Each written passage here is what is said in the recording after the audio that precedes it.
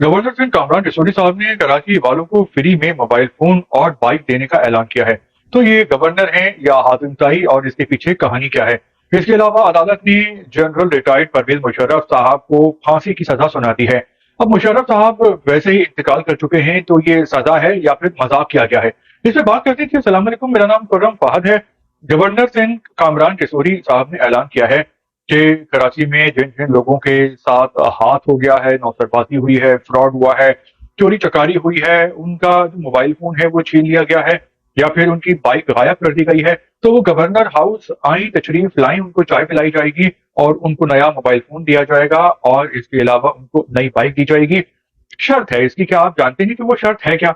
शर्त यह है कि आपको उसकी एफआईआर लेकर आनी है और आप गवर्नर हाउस पहुंचेंगे तो कामरान सिसोदिया नया मोबाइल देंगे और नई बाइक देंगे।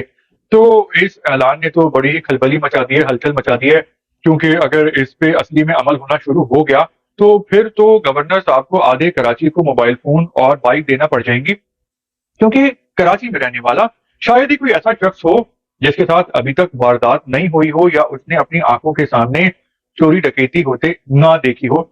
शायद ही कोई शख्स होगा, और अगर ऐसा है तो वो खुशकिस्मत होगा, वरना अक्सर तो कराची वाले इतने बदकिस्मत हैं कि उनके साथ कई कई बार वारदात हो चुकी है।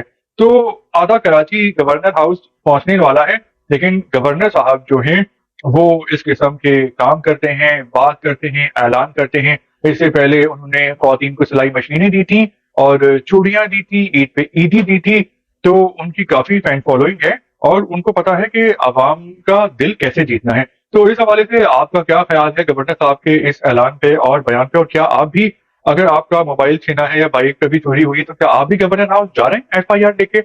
आप बता सकते हैं। इसके अलावा एक अजीब सी खबर यह है, अजीब खबर, अजीब इसलिए कि अदालत अदालत ने मुशर्रफ साहब को, परवेज मुशर्रफ साहब को सजाए मौत सुना दी है। और इन पे केस चल रहा था, केस था, इमरजेंसी लगाई थी इन्होंने। 3 नवंबर 2007 को इमरजेंसी लगाई थी और उसके बाद नवाज शरीफ साहब ने इन पे केस किया था आर्टिकल 6 का। तो 3 नवंबर 2007 को इमरजेंसी लगाई थी और केस चलता रहा। केस का फैसला आया 17 दिसंबर 2019 को। उस वक्त तक मुशर्रफ साहब पाकिस्तान में नहीं थे, पाकिस्तान से बाहर जा चुके थे, लेकिन फिर अपील की गई और लाहौर हाई कोर्ट ने इस फैसले को कलअदम करार दे दिया था। फिर अपील की गई लाहौर हाई कोर्ट के फैसले के खिलाफ।